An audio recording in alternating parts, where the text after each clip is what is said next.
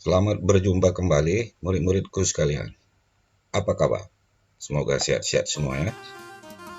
Kali ini soal dan pembahasan kita adalah tentang gelombang stasioner atau gelombang berdiri. Silahkan diikuti dengan baik. Sebenarnya apa yang dimaksud dengan gelombang stasioner? Gelombang stasioner adalah gelombang hasil superposisi dua gelombang yang berjalan dengan amplitudo yang sama, frekuensi yang sama, tetapi arahnya berlawanan. Nah, konsepnya seperti itu. Nanti dalam beberapa buku sering juga disebut bahwa gelombang stasioner ini sebagai gelombang berdiri atau gelombang diam. Begitu ya konsepnya. Nah, selanjutnya mari kita sedikit mempelajari beberapa teori pengantar tentang gelombang stasioner ini. Apa konsep yang ada di gelombang stasioner ini? Perhatikan gambar berikut. Ini adalah dua gelombang stasioner. Satu yang diakibatkan oleh pemantulan tetap dan satu lagi oleh ujung bebas. Ditandai dengan yang hitam di sini. Ini adalah terikat. Sedangkan yang di sini yang agak biru ini dia agak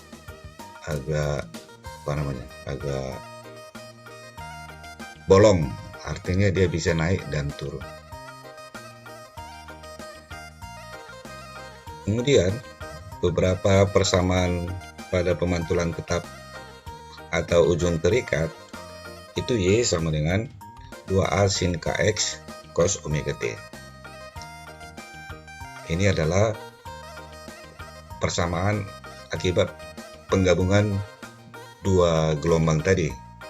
Ada unsur matematiknya dalam penurunan rumus ini, yaitu penjumlahan sin dengan sin. Persamaan ini ada dua jenis ya. Perhatikan yang persamaan pertama, yang ini persamaan pertama ini, dan persamaan kedua. Yang kedua ini kalau dia nanti menunjukkan panjang tali.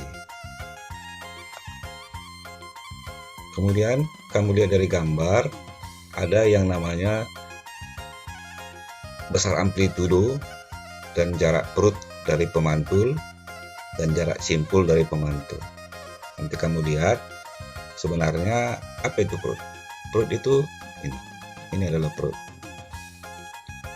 Atas ini juga adalah perut. Jadi ini perut pertama, perut kedua, perut ketiga, perut keempat. Jadi N di dalam rumus ini adalah perut yang keberapa. Kalau dia perut yang ke-1, gantilah si N ini dengan angka 1. Kalau yang ketiga nanti gantilah si N dengan angka yang 3. Kira-kira begitu. Demikian juga untuk ini. Penurunan rumus ini nanti bisa kamu lihat atau diterangkan oleh gurumu atau buku lain. Silakan cari sumbernya ya. Untuk pemantulan ujung bebas, persamaannya sebagai berikut. Nah, kamu lihat di sini ada persamaannya. Kalau ujung terikat dia memakai sin duluan, sedangkan ujung bebas dia memakai cos. Hati-hati dalam penghafalan rumusnya. Amplitudonya masih sama, jarak perut dari pemantul. Perhatikan bahwa ada perbedaan yang mencolok ya. Ini ternyata mirip ke sini, sedangkan ini mirip ke sini, ya kan? Bisa kamu lihat itu. Nah, jadi sebenarnya satu dihafal, yang lainnya juga sudah otomatis dapat. Kalau amplitudonya itu kan semua yang di depan ini, itulah ini. Demikian juga untuk pengumpulan ujung bebas yang di depan ini, itulah ini. Itu sebagai amplitudo gelombang stasioner. Nanti untuk lebih mengetahui rumus-rumusnya ini, kamu harus berlatih dalam beberapa soal. Begitu ya anak ya. Nah, kita mulai dengan soal yang kedua lagi.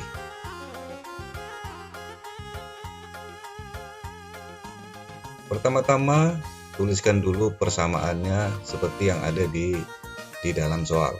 Jadi sama dengan 8 sin pi kali 0,6x cos pi 100t kurang 12.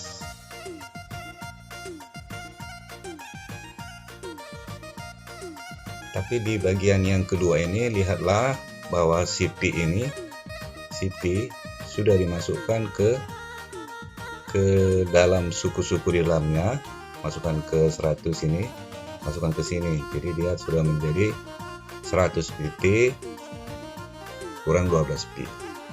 Usahakan supaya di depan cos dan di depan sin untuk persama-samaannya menjadi mirip, menjadi sama, sesuai dengan rumus ya. Oke, lanjut. Kemudian tuliskanlah persamaan yang sudah kita hafal tadi mengenai gelombang stasioner ini, yang pakai kurang atau yang tidak, karena ada dua jenis tadi ya. Nah, itu jangan sampai lupa itu. Nah, tuliskanlah menjadi Y sama dengan 2A sin KX cos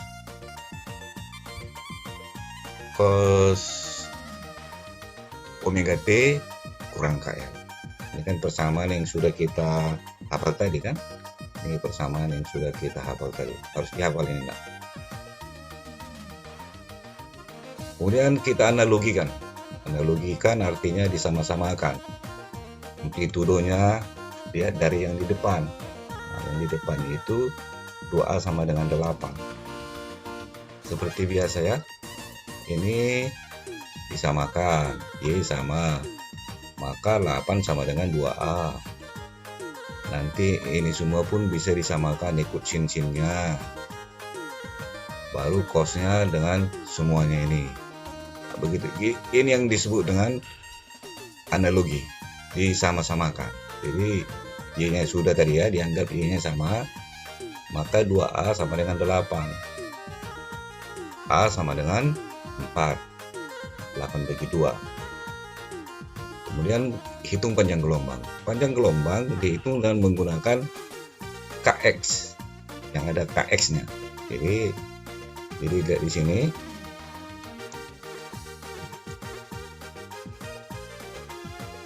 Ini ada K.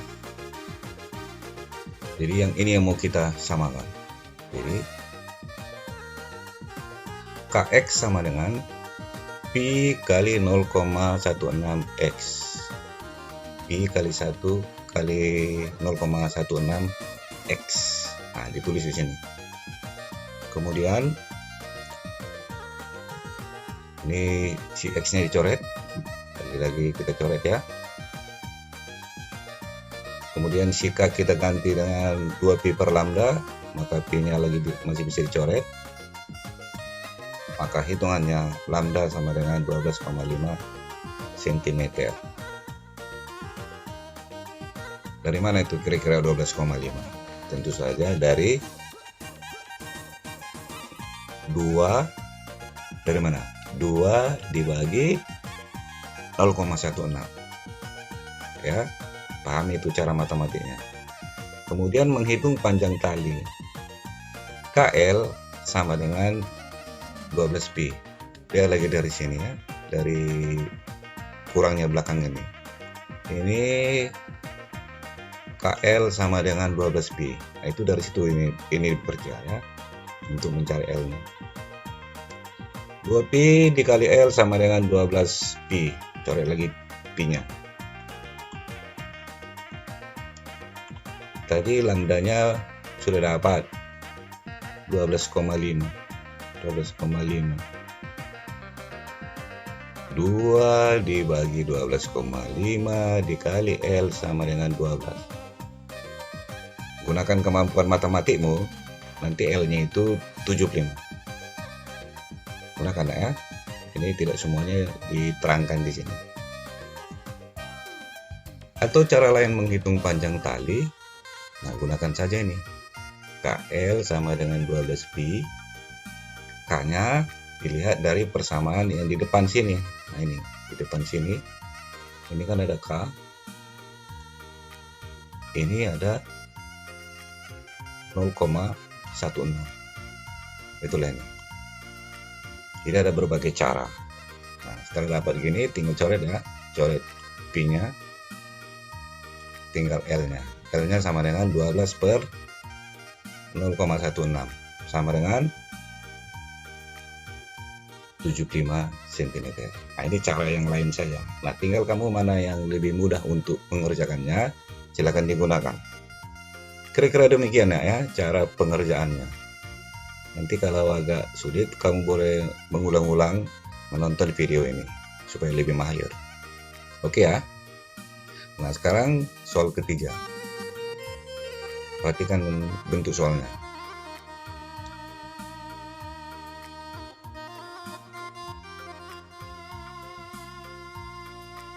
Tuliskan dulu bentuk soalnya. Yaitu soalnya itu 0,3 cos 4px sin 15 pt. Ini soal yang tanpa ada kurang di persamaan itu. Nah, kemudian buatkan di bawahnya persamaan kelompok stasioner tanpa kurang tadi. Jadi 2a cos kx sin omega t. Nah, kemudian dari analogi cos, analogi disama-samakan ya. Perhatikan di sini cos kx sama dengan cos 4px. Dari sini ya. Ini namanya analogi cos. Kita coret cosnya ya. Kita coret cosnya, bisa dicoret ini cosnya ini. Kemudian bisa kita coret juga x-nya. Tinggallah k sama dengan 4pi, begitu ya. Nah, kemudian si K ini ganti dengan 2pi per lambda sama dengan 4pi, coret lagi pi-nya. Maka lambda sama dengan 2/4 sama dengan 0,5. Demikian juga untuk analogi sin. Analogi sin diambil dari sini. Yang ada sin-sinnya ini. Maka ditulislah di sini sin omega t sama dengan sin 15 pt sesuai dengan ini ya soalnya. Nah, coret sinnya ini ya. Nah, di analogi ini kemudian coret t-nya. Tinggallah omega sama dengan 15pi. Dan jangan lupa bahwa omega itu adalah 2πf. Nah, sekarang p-nya pun boleh dicoret. Tinggallah F sama dengan 15 per 2 sama dengan 7,5 ya. Jadi tinggal 7,5 dia. Nah, kalau begitu kita sudah bisa menjawab pertanyaannya ini. Untuk A, jarak antara perut dan simpul, kembali lihat gambarnya tadi, kemudian lihat persamaannya, ternyata jaraknya itu 1/4 lambda. 1/4 lambda. Lihat kembali gambarnya nanti ya. Pelan-pelan saja, tidak usah buru-buru. Jadi tinggallah X kali 1/4 lambda. Lambdanya tadi sudah dapat 0,5. Hasilnya 0,25. Dan untuk B, yang ditanya adalah kecepatan rambat gelombang, tinggal mengalihkan F kali lambda. Nah, tadi sudah kita hitung F-nya 7,5, kemudian lambdanya 0,5. Tinggal kalikan saja. Ini contoh soal keempat, terakhir ini. Ada soal tali PQ yang bebas. Kemudian diberikan frekuensi, ada amplitudo, kemudian ada kecepatannya. Titanya adalah persamaan simpangannya. Sebenarnya di sini ada yang namanya kelajuan. Kelajuan walaupun ada kata-kata getar. Ada kata-kata getar di sini. Ini walaupun sedikit membingungkan ini soal, tapi ini dianggap bahwa kelajuan yang dimaksud ini adalah kelajuan gelombang, bukan kelajuan getarannya. Ya, begitu ya. Maka tentukanlah simpangannya. F20, lihat diketahuinya F20, A-nya 25, P-nya 5 meter per sekon. Lihatlah diketahuinya itu telah mengubah semuanya menjadi MKS, meter kilogram sekon. Hitung dulu panjang gelombang. Pakai apa? Pakai V sama dengan F lambda, karena V-nya sudah ada 5. V-nya sudah ada 5. Dari sini ya, V-nya sudah ada 5, F-nya juga sudah ada, F-nya sudah ada 20. Kita tinggal mencari lambda, maka lambda sama dengan 0,25 meter dari 5 per 20 menjadi 1/4. Dapatlah sudah panjang gelombang. Setelah dapat panjang gelombang, tadi panjang gelombang sudah dapat kan? Ini panjang gelombangnya 0,25. Frekuensinya sudah dapat. Nah, kalau ada frekuensi, ada panjang gelombang, maka persamaan ini sudah bisa dikerjakan. Gantilah si K dengan 2pi per lambda dan si omega dengan 2pi ft. Oke, begitu saja nih. Baru masukkan angka-angkanya. Masukkan angka-angkanya semua. Si lambda masukkan dengan 0,25. Si F masukkan dengan 20. Sudah sangat sederhana bukan? Menjadi 0,5 sin 8 px cos 40 pt. Hanya begitu saja. Nah, latih lagi dengan soal-soal yang lain. Oke ya. Sampai jumpa. Semoga masih ada waktu kita untuk berjumpa, untuk mempelajari soal-soal yang lain. Salam dari saya. Sampai jumpa.